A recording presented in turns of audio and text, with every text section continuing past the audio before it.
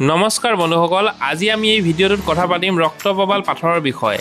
আজি আমি এই ভিডিঅ'টোত জানিম যে ৰক্তপ্ৰবাল পাথৰ ক'ত উৎপত্তি হয়, ৰক্তপ্ৰবাল পাথৰৰ উপকাৰিতাসমূহ কি আৰু কি ধাতুতনো ৰক্তপ্ৰবাল পাথৰবোৰ পিন্ধিব লাগে আৰু প্ৰকৃত ৰক্তপ্ৰবাল চিনাক্ত কেনেকৈ কৰিম এইবোৰ আমি সকলো এই ভিডিঅ'টোতে জানিব পাৰিম।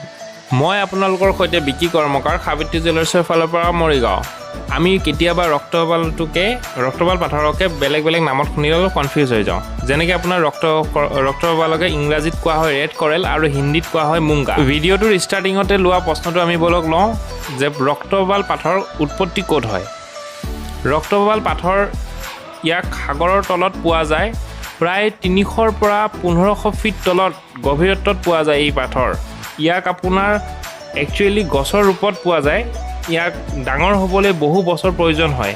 ভিডিঅ'টোত দেখুওৱা ৰঙা ৰঙৰ উদ্ভিদটো গছ এজোপাৰ নিচিনা যিটো দেখি আছে, এইটোৱে একচুৱেলি অৰিজিন হয় ৰক্তপ্ৰবাল পাথৰৰ।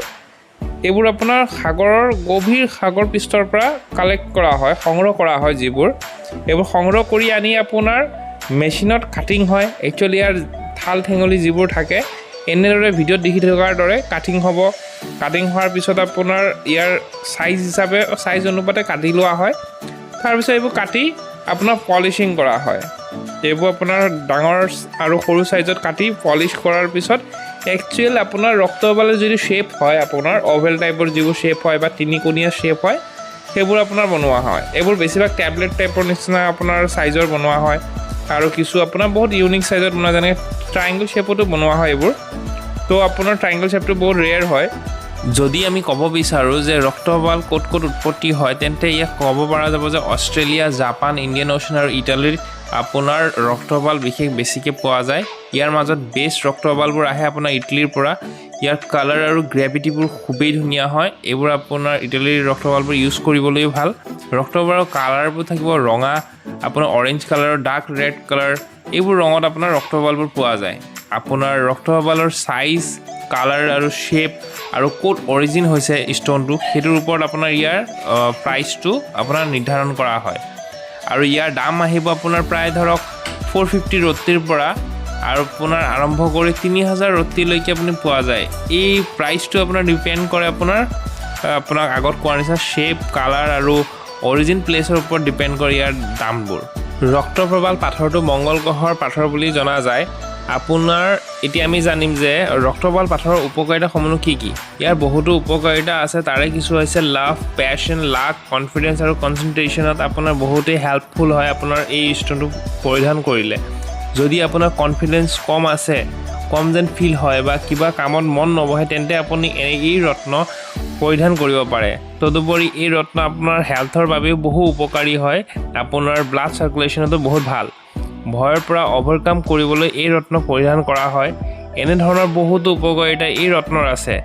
আপুনি যদি অনলাইনত গুগলত বা ইউটিউবত আপোনাৰ ইয়াৰ উপকাৰিতাৰ বিষয়ে বা ইনফৰমেশ্যন ল'ব পাৰে। ইয়াৰ কি কামত আপোনাৰ ইউজফুল হয় এইবোৰ আপুনি অনলাইনত গৈ চাই ল'ব পাৰে।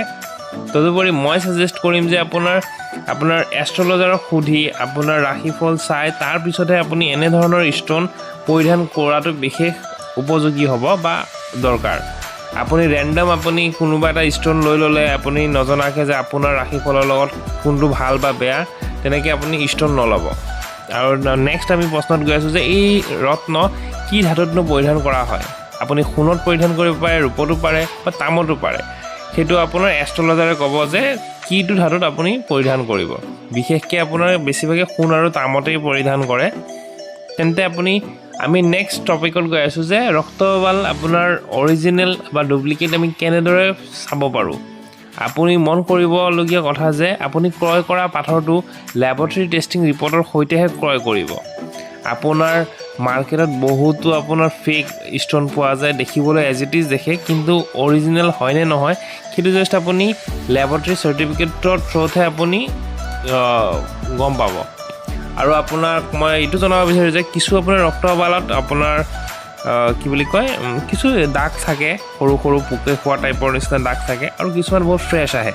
আপুনি যদি ভাবে যে দাগ থকাটো ডুপ্লিকেট বা সেইটো অৰিজিনেল বা এইটো ডুপ্লিকেট, তেনেকুৱা একো নাথাকে। একচুৱেলি সেইটো আপোনাৰ গছৰ পৰাই হয় যেতিয়া কিছুত আপোনাৰ অলপ স্ক্ৰেচ থাকিবই পাৰে বা কিছু ধৰক পলিশত ভাল পলিশত আহে তো দুইটাই অৰিজিনেল হয় খালি ডিপেন্ড কৰিব আপোনাৰ সাৰ্টিফিকেটৰ ওপৰত ল্যাব সাৰ্টিফিকেট যেটো আহে সেই ল্যাবৰেটৰীটো অৰিজিনেল হয় নে নহয় সেইটো আপুনি মন কৰিবলগীয়া কথা আপুনি যদি মৰিগাঁৱৰে হয় তেন্তে আপুনি ভিজিট কৰিব পাৰে সাবিত্ৰী জুৱেলাৰ্ছলৈ আমাৰ ইয়াত আপুনি সোণৰ হলমাৰ্কযুক্ত গহনা লগতে আপোনাৰ ল্যাবৰেটৰী সাৰ্টিফিকেট গহৰত্ন হীৰাৰ আঙঠি সোণ ৰূপৰ প্ৰতিটো বস্তু আপুনি আমাৰ ইয়াত ৰেডিমেড লগতে আপুনি অৰ্ডাৰ কৰিও আপুনি বনাই ল'ব পাৰে আমাক আপুনি হোৱাটছএপত কন্টেক্ট কৰিব পাৰে 9577204165 নম্বৰত আমাৰ ফেসবুকৰ পেজটো আপুনি লাইক আৰু ফলো কৰি ল'ব পাৰে নতুন নতুন ফটো ভিডিঅ'জৰ আপডেট পাই থাকিবলৈ আৰু লগতে আমাৰ ইউটিউবৰ চেনেলটো সাবস্ক্ৰাইব কৰিব একদম নাপাহৰিব